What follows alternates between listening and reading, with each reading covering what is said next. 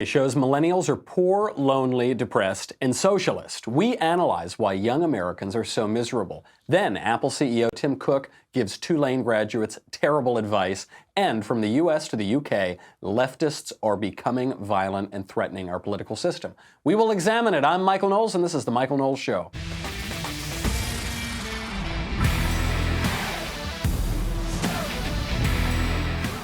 Before we get into that, there's a new poll that just came out on the question of illegal immigration, and I think it's a pretty telling poll.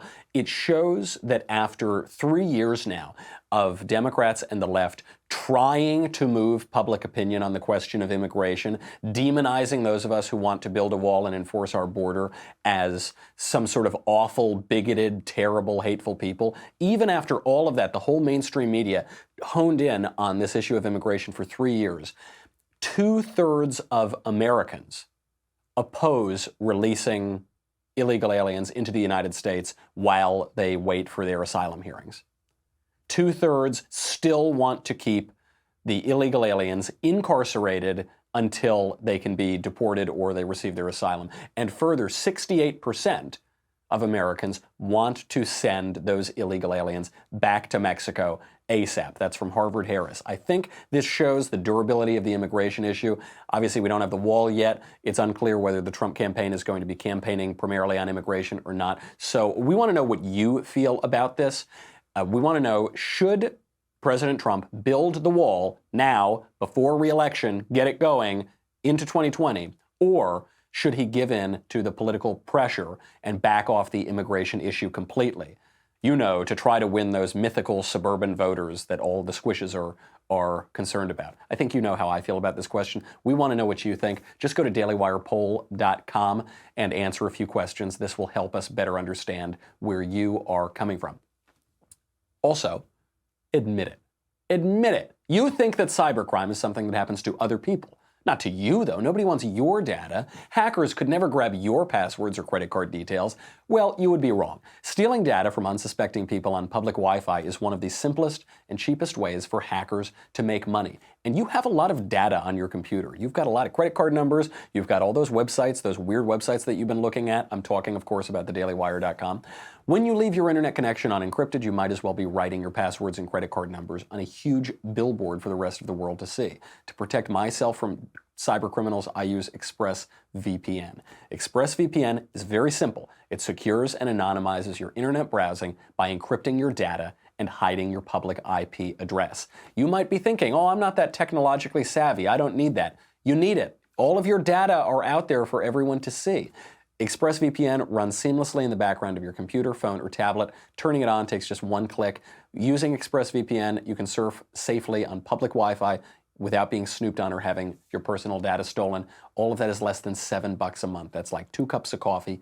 Do it. You will not regret it. You're only going to regret it when someone steals your information. It's easy to prevent, but you got to go to ExpressVPN, the #1 VPN service by Tech Radar, and comes with a 30-day money-back guarantee. Protect your online activity today. Find out how you can get 3 months free at expressvpn.com/Michael, expressvpn.com/Michael. For 3 months free with a 1-year package, visit expressvpn.com/Michael, M-I-C-H-A-E-L, to learn more. Millennials are not growing up. This, obviously, we see this in our own meanderings through life. This is also being borne out according to surveys and data. Millennials are not kids anymore. I know they think they're kids. I know they all think they're young and fresh faces, but millennials are actually now approaching middle age. The oldest millennials are 38 years old right now, and they are staring down middle age in worse financial shape than Gen X or their parents, the baby boomers. They're looking down middle age actually in worse shape than every living generation ahead of them. Why is this? Now, what the millennials will do is they'll blame the financial crisis and the recession. Fair enough. A lot of millennials graduated during an economic downturn. This does have negative effects on your earning potential for the rest of your life. However, we've also now experienced a full decade of economic growth and falling unemployment. I mean, we have millions of jobs right now that are going unfilled because there aren't enough people who are looking for the jobs. We have virtually no unemployment at 49-year lows, and the economy is going gangbusters. We've had a huge bull run. The market is doing great. Also, by the way, during the recession and the economic downturn, baby boomers were entering their 50s. So they were entering into their prime earning years during that downturn. So it hurt them as well. Everyone has had to suffer. And yet, millennials have less money, less property, lower marriage rates, and fewer children. They are not doing the things that adults are supposed to do as they grow up. Just as an example, the average household net worth of millennials is $92,000. That is 40% less than what Gen X had at the same age, and 20% less than what baby boomers had at the same age. And baby boomers were hippie, dippy flower children. I can't believe they would have any money, and yet millennials somehow have even less. The only area where millennials are outperforming the people who came before us is in education, and even that is fake. So the one area, according to all these social surveys, where millennials are doing better than other generations is in education. And the reason they come to that conclusion is they say, well, see, X percentage of millennials went to college. X percent of millennials went to a 4-year college. X percent of millennials got a master's degree or a PhD. So on the surface, it looks like millennials are better educated. Except we know they're not better educated because we've talked to them and we have eyes and ears. So we know just a few little statistics. A third of American millennials believe that George W. Bush killed more people than Joseph Stalin. 2/3 of millennials have never heard of Auschwitz. About 50% of millennials believe there are more than 2 biological sexes. In really demonstrable ways, they are not educated at all. We know there was a survey from the Intercollegiate Studies Institute that tracked students at some of the top colleges in the country. They found out that seniors graduating from Berkeley, Stanford, Yale, Columbia, all these highfalutin schools, seniors who were graduating knew less about their nation's history, system of government, and civics than incoming freshmen. They had actually gotten stupider during their time in college. So they have a lot of degrees, but they don't know very much. Even that one area where they're supposed to excel, they don't. However, what did they get for all of their degrees? A ton of student debt. So the one area in education where they are actually outperforming other generations is they have a lot more debt. They paid a lot more to get a lot less. The average student loan balance for millennials is $10,600. And some people obviously have a lot more than that. Some people have zero. But that average is twice what Gen X owed at our age. The generation that came right before us had half the student debt on average that we do. So as a result of all of this turmoil, as you might expect, millennials are miserable. Again, not just subjectively, objectively, we can see they are miserable. You can see this in depression rates. You can see this in rates of stress and anxiety. The New York Times, like a broken clock, right twice a day, dubbed millennials the antidepressant generation. Right now, 1 in 6 Americans is hooked on antidepressant drugs. This includes 1 in 20 teenagers. Millennials are hooked on these drugs and are getting these diagnoses at twice the national average. Diagnoses of anxiety, depression. So they're miserable. They're clinically miserable. They're being diagnosed as miserable. Why? Why is it? Who is to blame for this, or what is to blame for this? A lot of pandering politicians are going around and they're blaming everything but the millennials, and this is especially true as millennials become the politicians. So Alexandria Ocasio-Cortez, for instance, blames the sun monster for everybody's problems, and she just sort of whines and complains. And I mean, AOC, the millennial par excellence. You see Eric Swalwell doing this. Pete Buttigieg, to a lesser degree, does this. They blame economic downturns, they blame the recession, they blame the system, they blame white men, they blame the patriarchy, they blame everything but themselves. They blame capitalism. They've now convinced millennials to support socialism. For the first time ever, the majority of millennials, the majority of that generation, support socialism over capitalism. Those are all the external forces. Some baby boomers, our parents, are blaming themselves for this. Everyone's taking blame. I think the misery is mostly millennials' fault. I'm looking at that man in the mirror. I'm asking him to change his ways, taking a little personal responsibility. I think most millennial misery is not to blame on economic cycles or politicians or the sun monster or global warming or any of those things. I think it's because of what we ourselves are doing.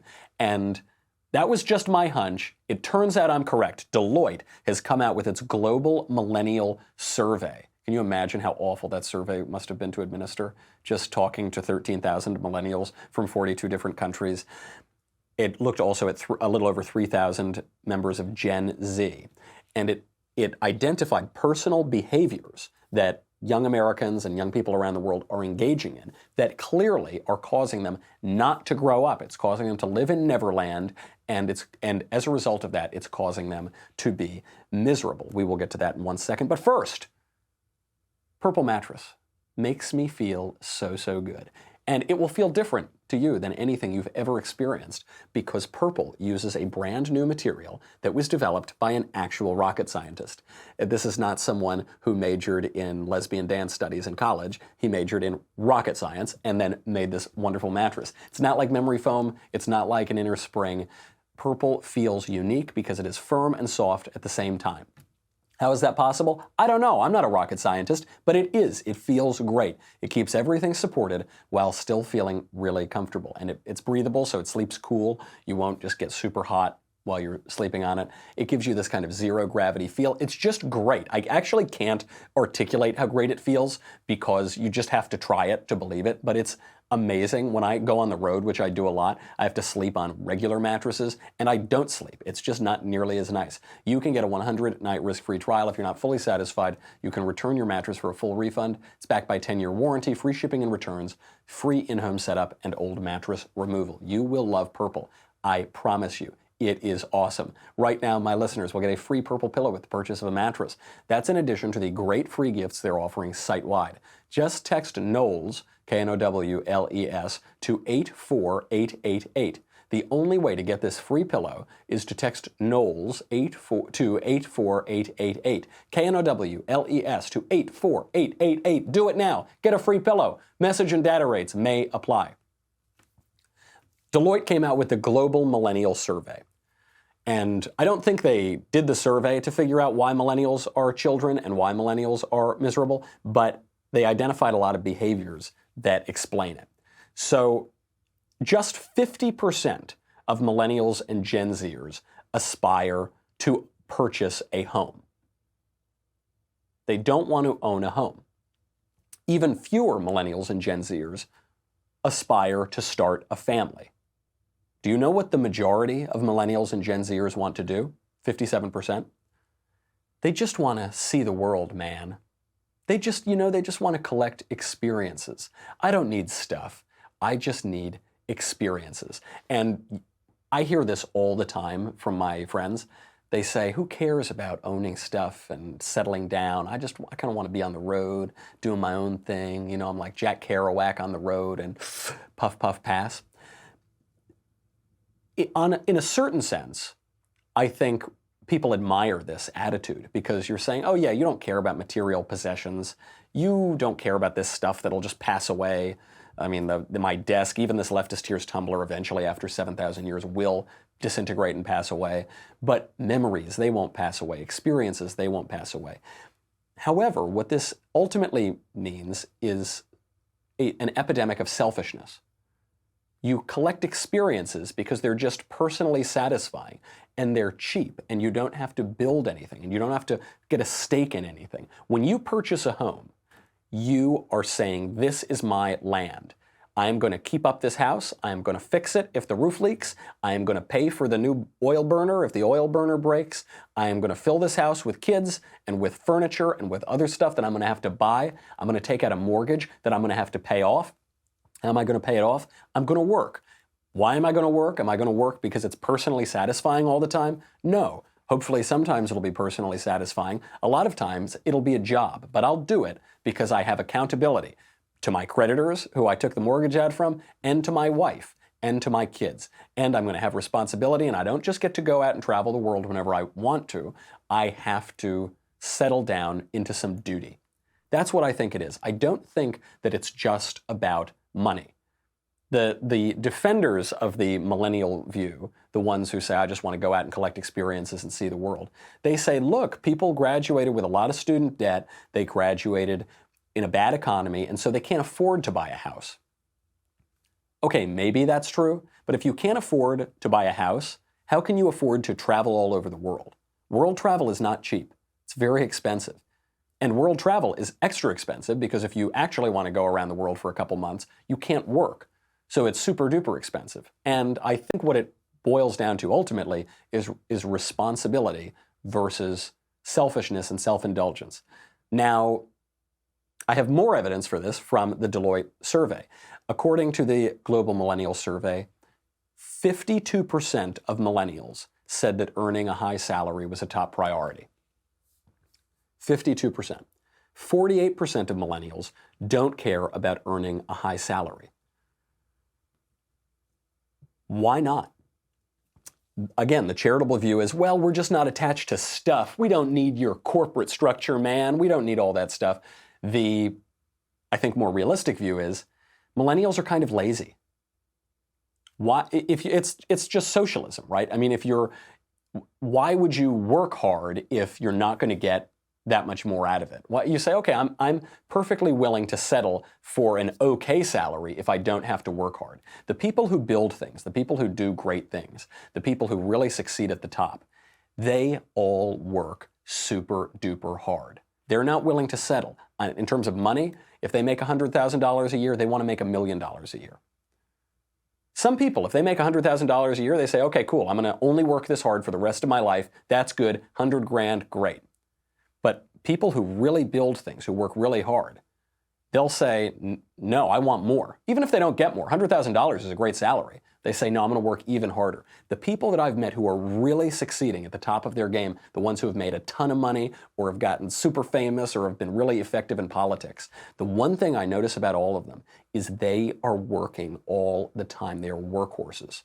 I think there's this myth that a lot of millennials have bought into because they bought into socialism, which is that the guys at the top are all lazy fat cats who just sit at their desk and they have their feet up and they're counting their money like the guy on the Monopoly box, and they're puffing cigars and they're not working. And it's really all the people who aren't making a lot of money, they're just the ones working all the time. In my experience, I've known a lot of people who don't make a lot of money. I know a lot of people who make an okay amount of money, and I've known some people who have made a lot of money. In my experience, the ones who make a lot of money are the hardest workers. They work all the time because there's not a lot of room at the top, and you got to fight really hard to get up there, and they do it. I think millennials are missing that message. They're saying, well, I don't want to work. The system's rigged against me.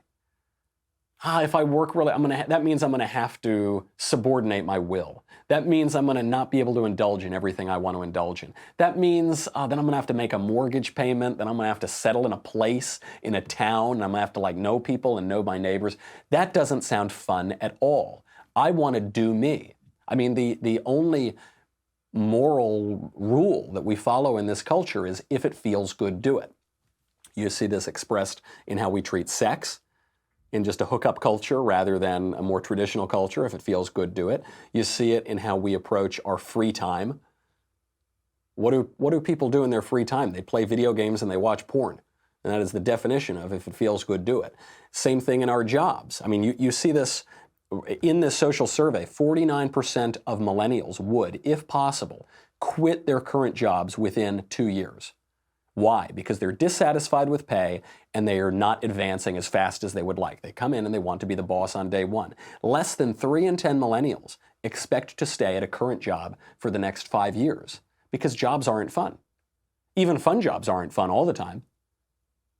And you're told when you come from a generation, look, I came from it. I have a ton of empathy. This is why I'm passionate about this topic, is when you come from a generation where you get a participation trophy and you get really high grades, even though you don't know that much, you're going to be dissatisfied with the real professional world. I played Little League for 8 years. I think I hit the ball 4 times. Now, I did lean into pitches like Don Baylor, so I had a pretty high on-base percentage, but I did not hit the ball. I was not good at baseball.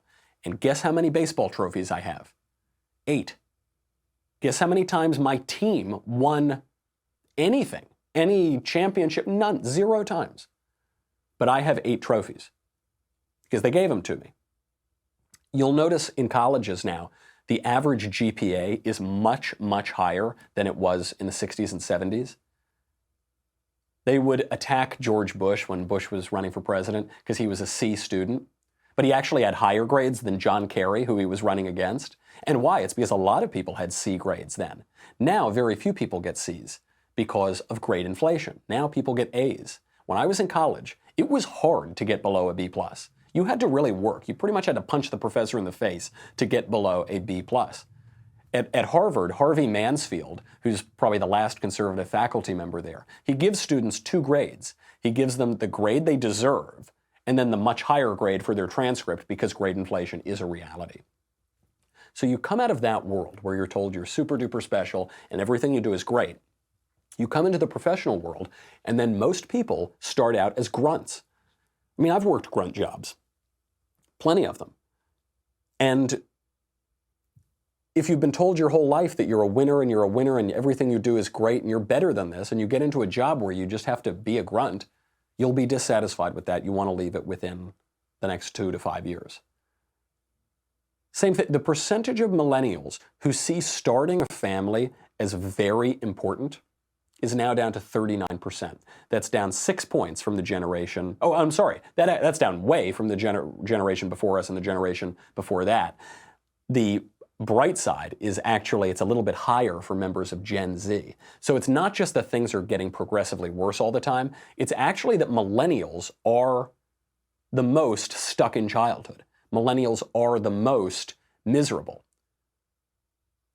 In terms of the behaviors that describe the difference between adulthood and childhood, the generation that came right before us, Gen X, exhibits them at a higher rate than millennials, and the generation that's coming right after us is exhibiting it at a higher rate than millennials. There's just something about our generation which especially won't grow up. I think part of this is we grew up in the Obama era.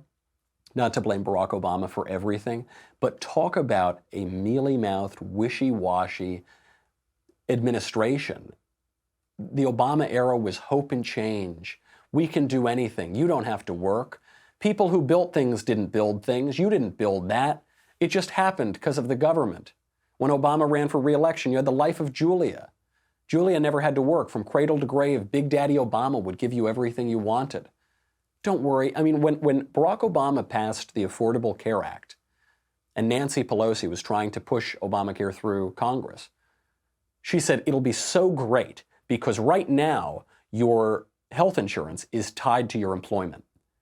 So you got to stay at your job to keep health insurance, which is very expensive. But now, once we divorce health insurance from your job, you can quit your job. You can become a poet. You can become an artist. Now, I've looked at a lot of bad art and I've read a lot of bad poetry in my life. Most people shouldn't be artists and poets. Most people should work at jobs. Man was made to work. But we were told during those years, no, work is a bad thing. You shouldn't want to work. You shouldn't want to settle down. You should just get everything for free. Now we're kind of breaking out of that. So I'm not surprised that Gen Z is starting to change its views on that. But do you know what the top concerns for millennials are? According to this survey, if I were a millennial and I had read all of this information, my top concerns would be, I'm never going to accomplish anything. I'm going to be buried in debt. I'm not going to have a family. We're going to have dropping birth rates. I'm going to die lonely. I would have a lot of very serious concerns. Do you know what the top concern for millennials is? Global warming. They're buried in debt. They have worthless education. They don't have good jobs or good work ethic. They don't have houses. They aren't settled down. They're upset and miserable all the time. Their politics is falling down around them.